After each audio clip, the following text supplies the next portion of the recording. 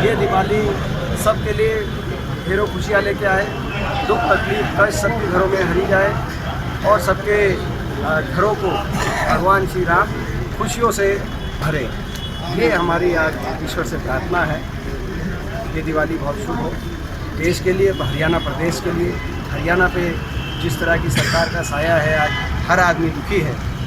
ऐसी सरकारों को सुबुद्धि दे भगवान, हे श्री राम, ऐसी सरकारों को सुबुद्धि दे, ये अहंकार त्यागें। क्योंकि एक उदाहरण दिया गया है कि भाई बड़े बड़ों का अहंकार नहीं इस सृष्टि पर टिका है। ये सरकार भी अहंकार अपना त्यागे।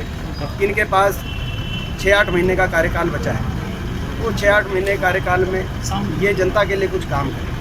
अच्छा, राइस मिलर्स हड़ताल पे हैं, किसानों की जो फसल है खरीद नहीं हो रही है और अगली फसल जो एक्सपोर्ट पे जिस तरह की कंडीशन लगाई गई है 1509, आज दुनिया के अंदर जो भाव है वो देश के किसान को नहीं मिल पा रहा है।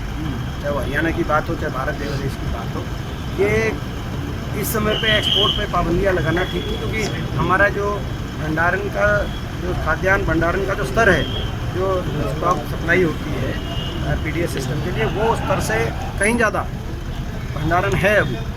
तो जब हमारे देश में पर्याप्त मात्रा में भंडारण है, तो चाहे गेहूं की बात है, चाहे धान चावल की बात है, तो ऐसे समय में एक्सपोर्ट में अगर अच्छा भाव मिल पाए देश के किसान को, तो किसी को आपत्ति नहीं होनी चाहिए। केवल ये बीजेपी को आपत्ति होनी चाहिए। और ये मैं आपको बता रहा हूँ, आज ये हमेशा कुछ बड़े एक्सपोर्टरों के हक में फैसले करते हैं।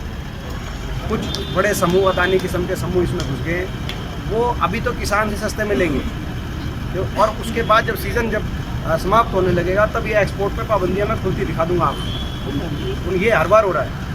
ये देश के और हमारे प्रदेश के किसान की गाड़ी कमाई को लूट के बड़े एक्सपोर्ट के एक दो समूह आदमी ऐसे घुस गए हैं, उनको मुनाफा देने की नीयत से सरकार चल रही है, जो कि देश के गरीब के और किसान के विरोधी है। कहीं ना कहीं सरकार की साजिश है इस तरह की। नहीं तो है ही, आपने देखा नहीं, ये वही समूह है जो जिस समूह का कोयला जब ऑस्ट्रेलिया से चला तो वो जितने भाव का था, हिंदुस्तान पहुंचते पहुंचते जब वो पोर्ट पे उतरा उससे दुगने भाव का दिखाया।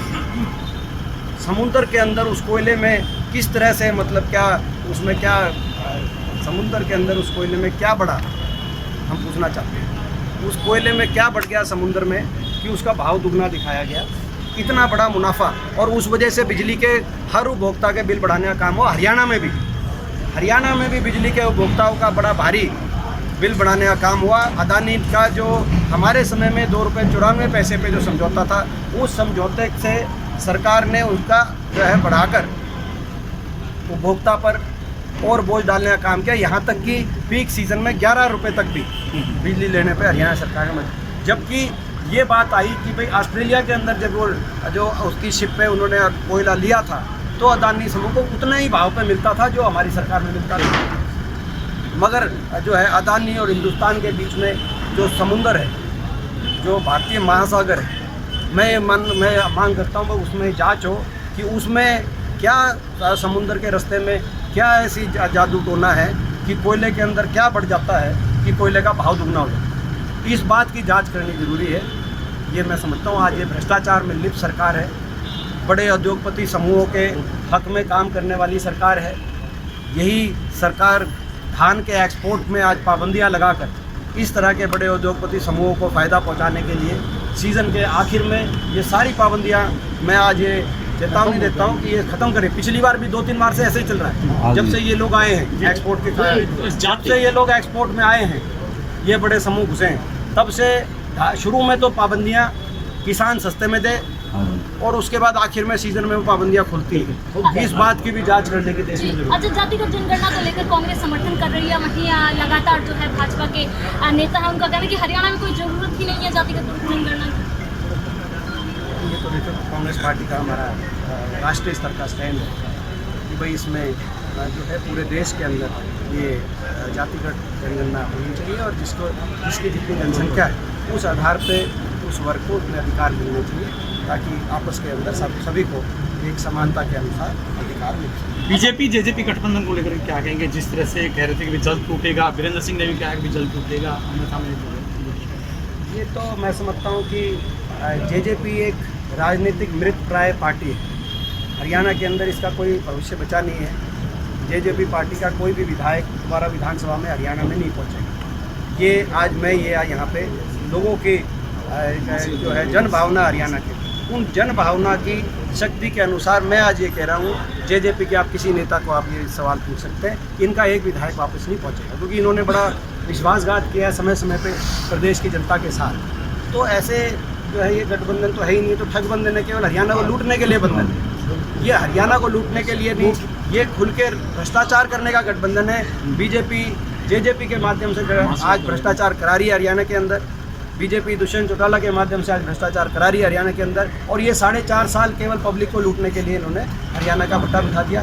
बाकी आपका लंबा हम जो है और कभी इंटरव्यू आपका साक्षात्कार बस एक आखिरी सवाल, जो हमास और इजराइल का युद्ध चल रहा है उसको लेकर भाजपा के प्रदेश उपाध्यक्ष आपने पहले हरियाणा पूछा, प्रदेश पूछा, अब आप जो है अंतर्राष्ट्रीय स्तर पर, और जो है मैं उसमें हमारा एक ही स्टैंड है, मेरा एक ही स्टैंड रहा है कि कोई भी हिंसा, जो दुनिया में कोई भी हिंसा कोई करे तो जो है वो उचित नहीं ठहराई जा सकती।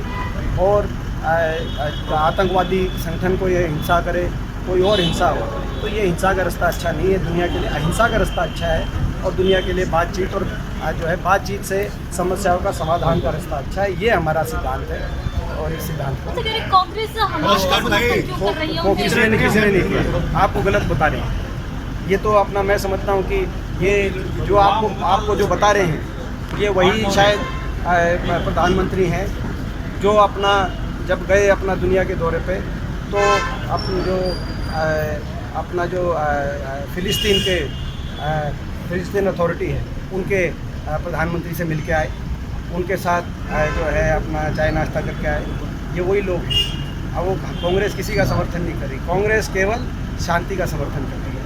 ये तो वही कहानी है जब ये नवाज शरीफ के चले गए थे, नवाज शरीफ के जाके अपना उनकी शादियों में चले गए थे। कांग्रेस का तो कोई नहीं गया आज तक। हम जो है शांति का समर्थन करते हैं, मगर अगर कोई देश की तरफ अगर आग उठा के देखता है, जैसे पाकिस्तान में 71 में दिया था, तो उस देश के दुश्मन के 2 टुकड़े करने का सामर्थ्य होना चाहिए। ठीक है।